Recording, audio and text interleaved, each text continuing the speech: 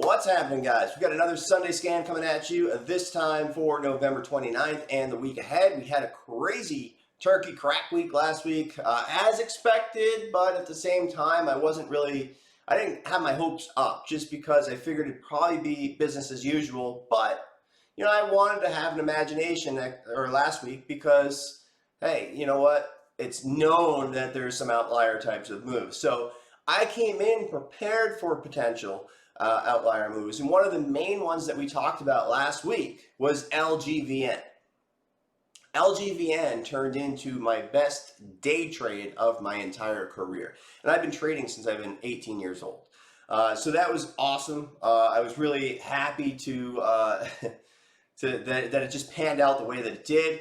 Minimal downside once I got going, scaled in, and it never really gave any gut check moment to question my sizing in or scaling in or any of that. It literally started to just go straight up, and at that point it was just more about letting the trade work. And you know what, if it didn't go as far as it did, then oh well.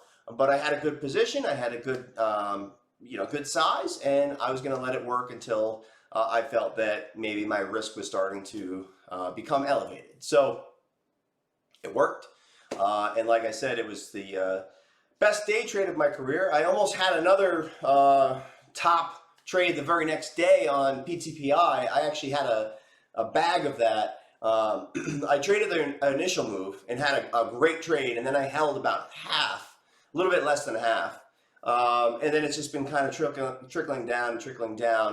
And, I ended up sizing in a little bit, kind of not necessarily averaging down, but it looked like it was starting to base. There was a huge volume, kind of almost like somebody had bailed.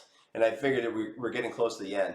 And then it popped after hours. The next day it was up to like $5 pre-market. And that would have been one of the top maybe 3 or 4 trades of 2020.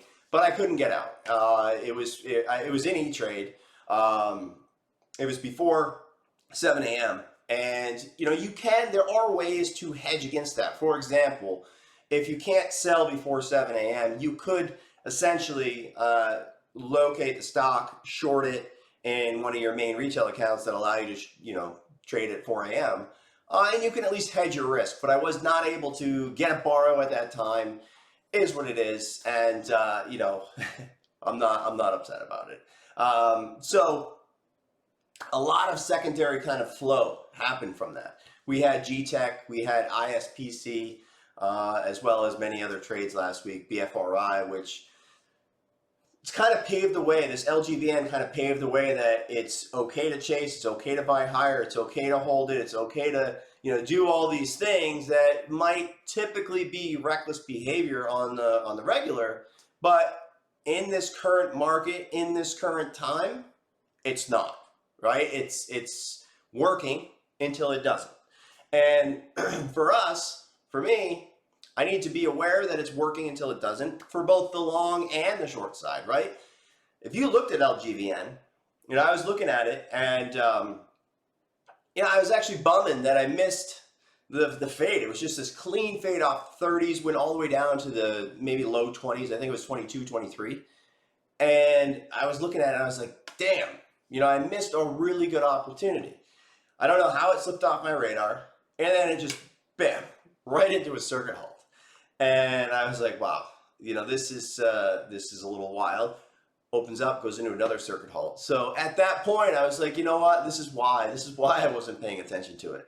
And it just kind of goes to remind you that nothing's easy here.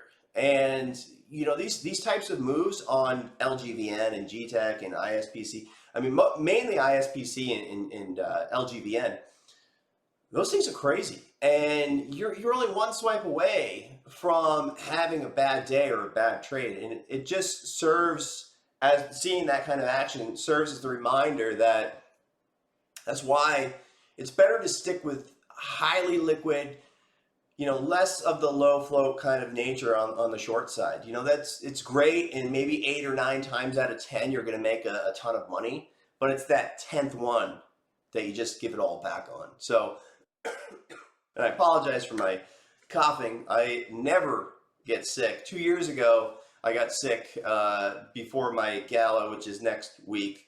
And then this year, once again, I am.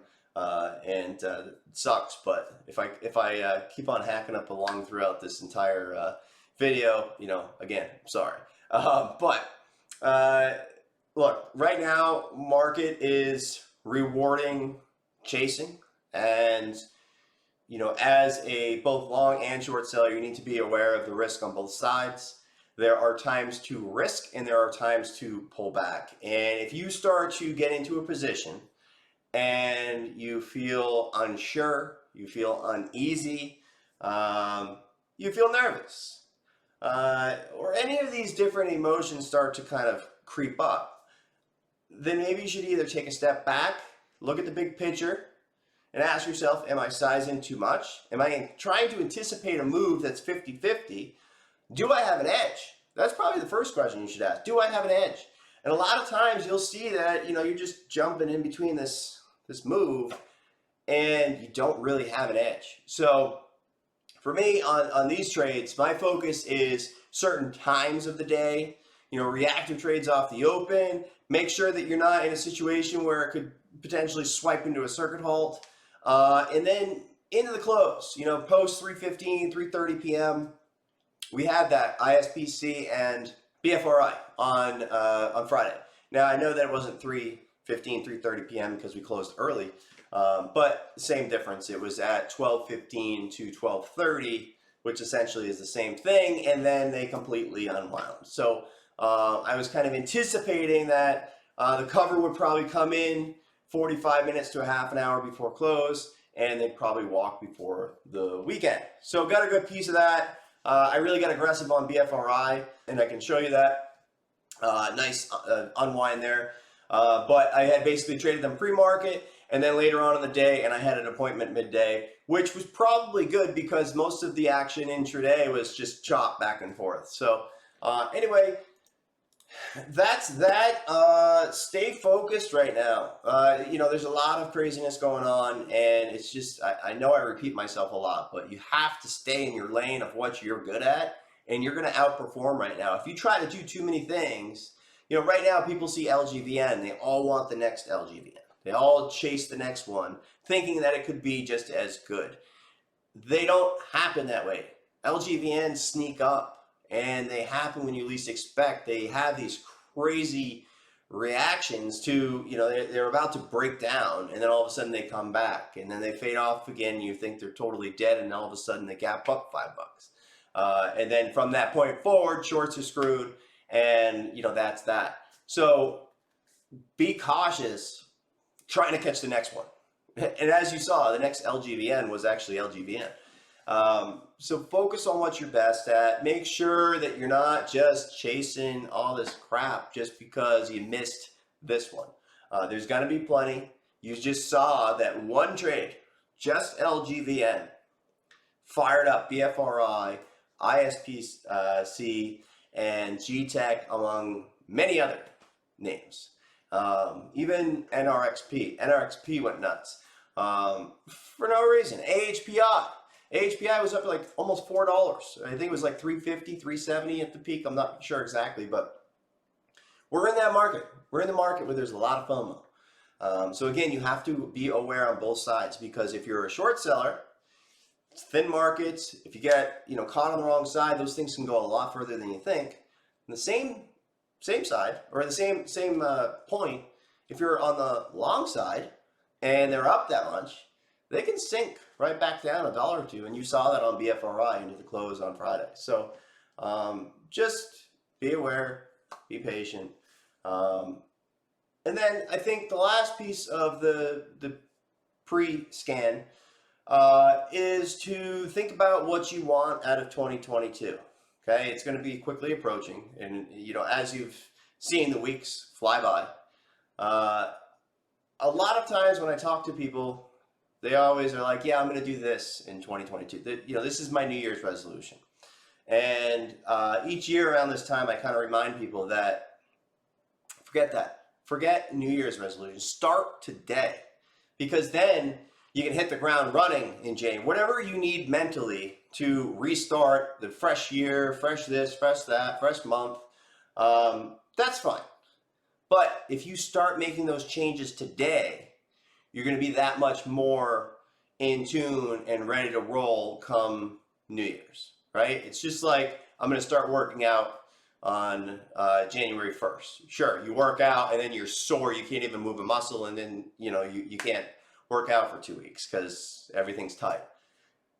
If you start working out today, you're going to get through that, and it's just going to be kind of business as usual. You'll be able to hit the ground running in January out of the first of the year. So I always mention that it's so easy just to kick the can down the road and, well, I'll start it later. Always easy to blame somebody else, always easy to find an excuse why things happen, but the most important thing is to be honest with yourself, and it's you versus you. It's truly you versus you, because I'm going to tell you right now, somebody will always make more, okay? So you thought you had a great day, guess what? Your buddy made more. And it is what it is.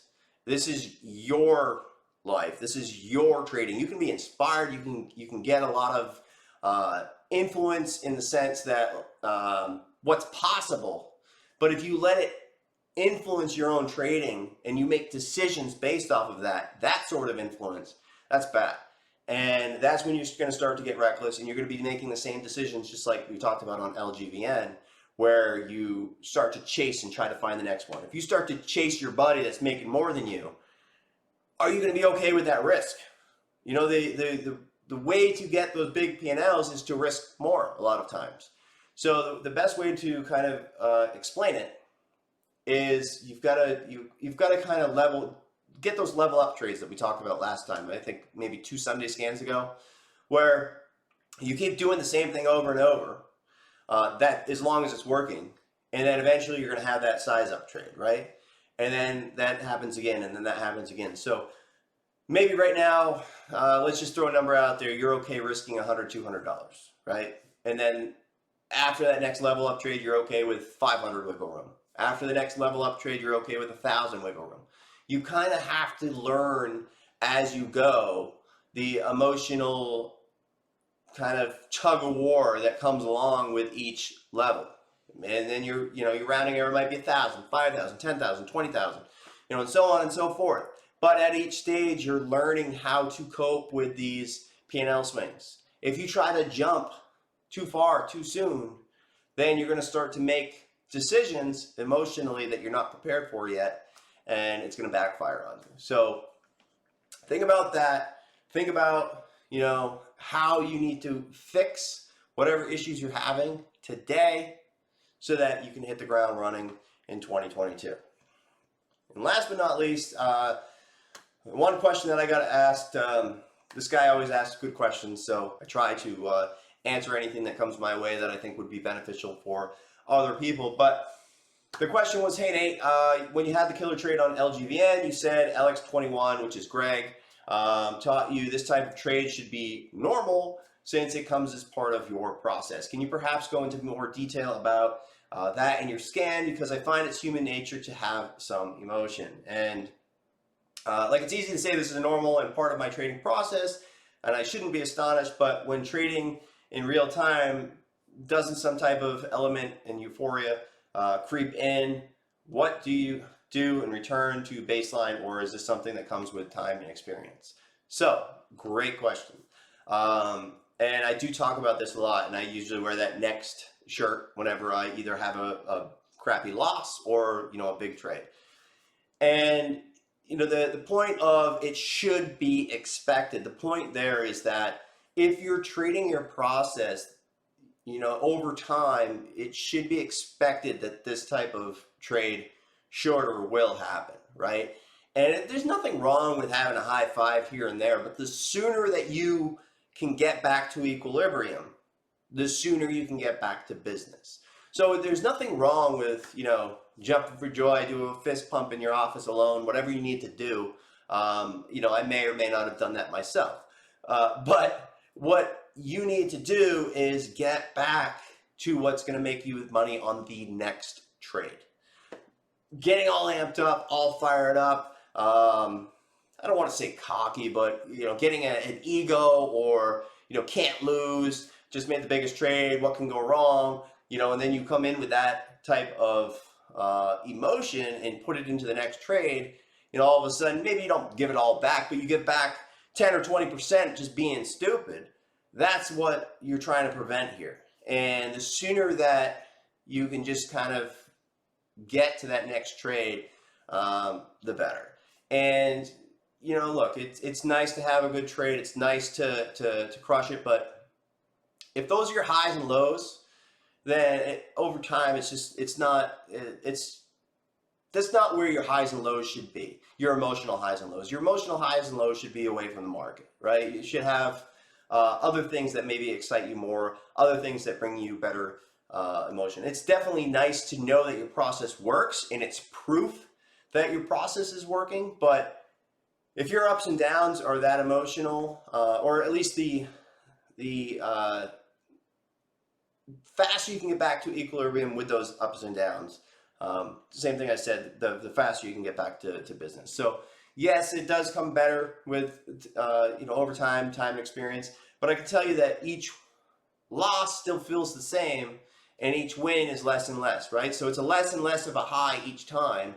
And that's just the way it is. And, sorry to break it to you, but that's why your happiness and your excitement should not be based off of P&L, because you will always be disappointed. And when your losses come, they still sting. They're still annoying. But for me, my excitement comes from executing process properly. And, I also don't get mad at a loss. I get upset if I break a plan, a risk, if I don't keep my risk management, if I step away from the plan, and that's really where the being happy or sad should kind of come from, versus a P&L. So that's just my thought. Long term, it's fine. If it's just a career of 1 or 2 years or something like that, and that's still new, but everybody that I've talked to, it's business as usual on the very next trade. All right, let's get right into scan for the week ahead. All right, guys, second part of scan is actually what I'm looking for the week ahead. As always, I'm not a financial advisor. These are not buy or sell recommendations. This is for educational and informational purposes only. If you're looking for buy or sell recommendations, not here, sign off, get out, don't watch it. If you're here to learn, understand what makes a good trade, what I am preparing for, how and what would make me take a trade, thought process behind it, then you're in the right place. Enjoy. Please leave your key takeaway in the comment section as always, and like the video. All right, BFRI. Just another amazing squeezer. Low float. In my opinion, there's a fund or a couple people, who knows, that are just coming in and soaking the float. Taking the float, letting shorts come in, and they're just having fun with them. Somebody or fund or people that have made a ton of money and they've just got hundreds of millions of dollars and they're just having fun at the moment. And I'm totally for it. It's creating some unbelievable opportunities, and it's one of those that will continue to recheck in with your risk management and whether or not you are too stubborn to trade these things. That, I think, is one of the biggest things, because if you are getting in trouble with these, there's only one reason. It's because you're stubborn. And there's been plenty of warning signs that these things have a lot of volume. They have outlier range, outlier volume. They're holding when they should have died. They flushed out but came back. That's the biggest thing. All of these have, before they have that big squeeze, there's this flush candle and it comes right back up. Flush, right back up. That's the sign to check in with yourself. And at that moment, you have time to get out. You do. You have time to make the right decision. But you're stubborn. That was me many, many years ago. For many years. So I know it firsthand. And so there is that opportunity to get out. But most of the time, too stubborn, and then you end up being emotional. And that gives a great opportunity for that reactive trade for me, potentially. And than the proactive covers. The most important thing with these types of trades is if you are trading the front side of the move, you need to be proactive with covers. If you try to be patient and think, all right, I got a good entry, I'm going to wait, I'm going to let it work all day, we're not in that kind of market. Maybe next week we will be. This week, not so much. So I had a good feeling about this one into the close on Friday. To me, it felt like we were going to probably just get squeezed out and then they were going to walk. And I got prepared for this. I had a starter in there. I started to scale in and I just saw enough of, confirmation basically. Right over here, we had this nice squeeze out and then stuff.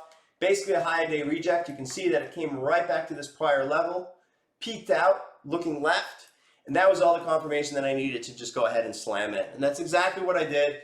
And we got that nice unwind. So what does that tell me for the week ahead? That tells me that there's a lot of people on the wrong side of the trade without as many shorts, most importantly. So come Monday, they either need to retrap shorts, and that could be weakness and kind of letting shorts kind of win and then come back at it, or that was it. And I want to be cautious by saying that was it because there was a lot of times I thought LGVN was done and a lot of times ISPC I thought was done. But that walk was just a trap. So to me, what this shows is that shorts get squeezed out. Right now, there's probably the least amount of shorts that have been in there. And either they are walking and they are done and it's going to just kind of unwind like G-Tech did, or week open, kind of trap more shorts, and then back at it again. So those are the two things I want to be prepared for. But I am thinking that any morning shove will be met with resistance and probably start to taper off. I would encourage you guys to go back and look at some of, especially if you're in the room. We talked a lot about this throughout the day on Wednesday, as well as a little bit on Friday. But looking left levels, channels, everything will help you prepare and trade these ones correctly.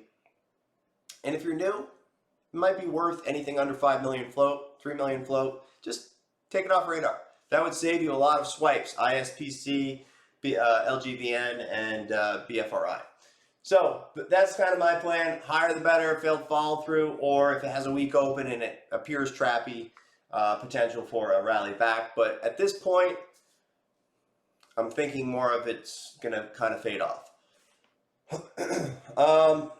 F, next one up. This one obviously came in with the market. I'm still of the same mindset that I said last week. I feel like there's a $2 move close, and my goal would be under 18, flush out to 1750s, kind of that gut check, flush everybody out, and then maybe it comes back to 20 and goes to 22. And that said, it could easily just go to 22. But I am of the mindset, I'm not biased. I don't want to say I am biased that I think it's going to, but I would prefer to get that short trade. I would prefer to be on the short side of this trade versus the long. I know that I will size a lot more. I'll be a lot more confident. But I am waiting for that trade to prove itself. So far, it's held key levels pretty well. The first couple days, basically 2010 to 2020, I was kind of channeling between there. And it offered a couple, not necessarily scalp trades, but ability to scale in and scale out. And each day I'm kind of trying it until it gives way. And if it does give way, I'll start to scale into that winner. But until then, I'm very, I'm going to respect the trend. And if it goes to 22, then it goes to 22. I'm not going to be the guy that's like, this has to go to 18 and then get smoked up to 22. That's not me. So I'm looking to be proven right. And when and if I am proven right, I will go ahead and scale in. VIX, we had a nice squeeze out there at the close, then came all the way in. This is just going to depend on the market and the headlines over this weekend. So we already came back under 24, pretty much gave back that market on close, whether that was just a rebalance of sorts or just people coming in to hedge. I don't really know, but pretty crazy move at the close there. but easily back under 24, 23s if the headlines are nothing crazy and we end up gapping up 300-400 points. So this is one of those that obviously is based off of volatility. And although a lot of times it goes up when the SPY comes down, it's not an inverse. It's based off of volatility. So make sure you guys understand that. And if we are just going sideways or up on the market, then there's a good chance this is going to just unwind. So next up is failed follow through section. That is usually where I'm looking for fades. Now look, ISPC, we could be, up 5, down 5, up 10, down 10. It's on this section because I do think that we will have at least a week open and then potentially fails. But if it stops going down and it starts to kind of have swipes, be cautious because, this is the type of market where you don't want to be fighting these types of trades. And also on these types, I don't want to be going crazy size because in the off chance that, I am on the wrong side of this thing and I get stubborn, I want to be able to withstand a few bucks without really having a big ding. It's just the way in which that I trade now. I'd rather have my risk on LCID and F and all these very high liquidity big names, mRNA types, those types of big moments versus these types of trades where you're one swipe away from, something silly. So as much as I love to trade them, I do not take outsized risk on these things for the past year or two, just because it's a choice that I've made. And, as I've said many times, most of the time, 8 or 9 times out of 10, I will probably make money on them. But it's that 10th time and I'm oversized and I get stubborn and I give it all back. So for me, those are my rules. That's how I do it. That's what I'm interested in. For you, maybe it works, but that's just the way I am on these. So higher the better, failed follow through. They are still supporting the 1850s or so, but I'd love to see a pop first 20s and then maybe fade off towards the 14, 15 range. We'll see what happens from there. After that, it could look something like this GTech type situation. A lot of these are all going to look like GTech at the end of the day. It's just about not assuming that they have to look like GTech, and then you end up with another $10 of upside with too much size going against you, and it's not good. AHPI, another beautiful trade, nice opportunity pre-market. Got a good piece of that, and like I said, I left shortly after the open. I had another nice squeeze out there midday, and it pretty much went back up to all that exhaustion level from pre-market. So very nice opportunity before failing off. What I'd love to see is maybe something that comes up towards the 840s, 850s, even higher the better, and then looking to fade it back off. There is a good chance that it opens weak, maybe under 8. And if it does, I still won't take it off radar. A lot of times people take things off radar just because they're gapping down. But if you were prepared, for example, say you wanted 850 for an entry, 850 to 860, and you were thinking it was going to go to 750, maybe even down to 7. So why at 790, 780, because it's red and it's gapping down, does it come off of your radar? You still have 50, 60, 70 cents potential of downside based on your thought process the night before. So to me, it still makes sense to keep it on radar. But for whatever reason, a lot of times people were like, all right, I wanted that entry, it's off radar. And they miss, a really good trade. NRXP is a great example of, the current market we're in, right? So it had a PR, swiped up, and it gapped up, $2, $3 higher, maybe even more. Went from 4 to, let's see, 490 there. And then it opened up at 830, so quite a bit more, almost $4 higher. I mean, it's a wild market, and it offered a great trade. I did trade that, but again, less size, nothing to really shout about. But I'd be watching morning shove. Ideally, we get some kind of push 758s, and then fades back off towards 7 if we're lucky. So see what happens with that one. LGVN started to kind of fade off as well. Pops first 32, something like that, 32, 33. Again,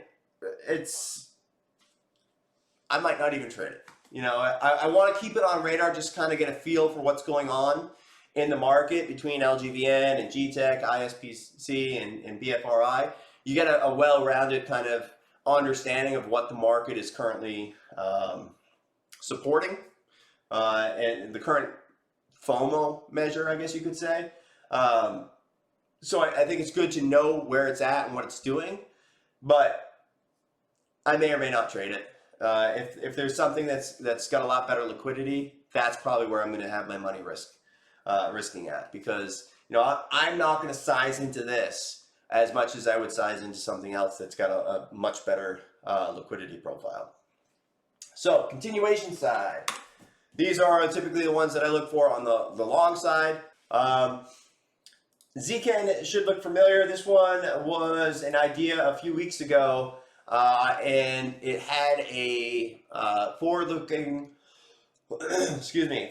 catalyst to the 16th of November, and then on the 15th, I think, 14th or 15th, they delayed it until the 29th, which happens to be Monday. So, and like I said, I talked about it on the video. I said the only way that I would like to scale into this trade, the only way that I would really take any size on this trade is 1, over 310 confirms, 2, outlier volume, and we got none of that. So here it is on scan again. The catalyst is the 29th. So maybe we get a PR, maybe we get a move, maybe we get a push back up to only 3. But we'll see what happens. We'll see if we get outlier volume. But there's a catalyst. Maybe, maybe not. Maybe it's nothing like last time. But I doubt that they delay it twice. So NFTs are hot right now. Maybe it turns into something. Maybe it doesn't. I scooped a little bit, but if it does nothing, I'm gonna dump. So ATNF. I noticed this one had a little bit of a trend. I just put on a few just to sort of remember it. No real position at the moment, but I'm looking at dips for potential to scale into it. I'd like to see it kind of firm up 520s range and use maybe like 5 as my risk. Cars, I put on a long on Friday just to kind of start there. I'd like to look at dips versus 1550s. HCDI should look familiar. This one's been nice so far. Keep in mind, it could die at any moment. So you want to be cautious that, if it starts to pull back, make sure you manage your risk. But it's been straight up. This was an idea last Sunday, and then a couple days prior to that in the room. So it's pretty much been up every single day except one day from that point. TRT, so far so good. Got a little crowded on the breakout on Wednesday, but just to remind you guys, this kind of idea, it's never a chase. You buy when nobody wants it, and when everybody wants it, you sell some around that core, and that's sort of the same thing with like PPSI, which PPSI sort of had the similar setup, but it never got over that 9 area. You can see it kind of exhausted. So, they were both ideas at the same time. One held trend, broke higher, and one did not. So one you might be scaling into, and one you would not be, and likely stopped out of. So that's the difference of kind of forcing a trade and scaling into a winning trade. And that's sort of the concept with these, is I want to be scaling into winners as it goes, and if it does not break out, if it slows, if it stops, if it starts to turn, then I want to scale out of that position. Same thing with something like Tilray. I had started into Tilray, and has not had any sort of setup or breakout. I actually scaled into the trade this day, and then I scaled back out of it by the end of the day. So I am in zero rush to really put any risk on into any of the pot names. I want to be proven right, and so far I have not been proven right, so therefore I don't want to put risk on. So same deal with all of these.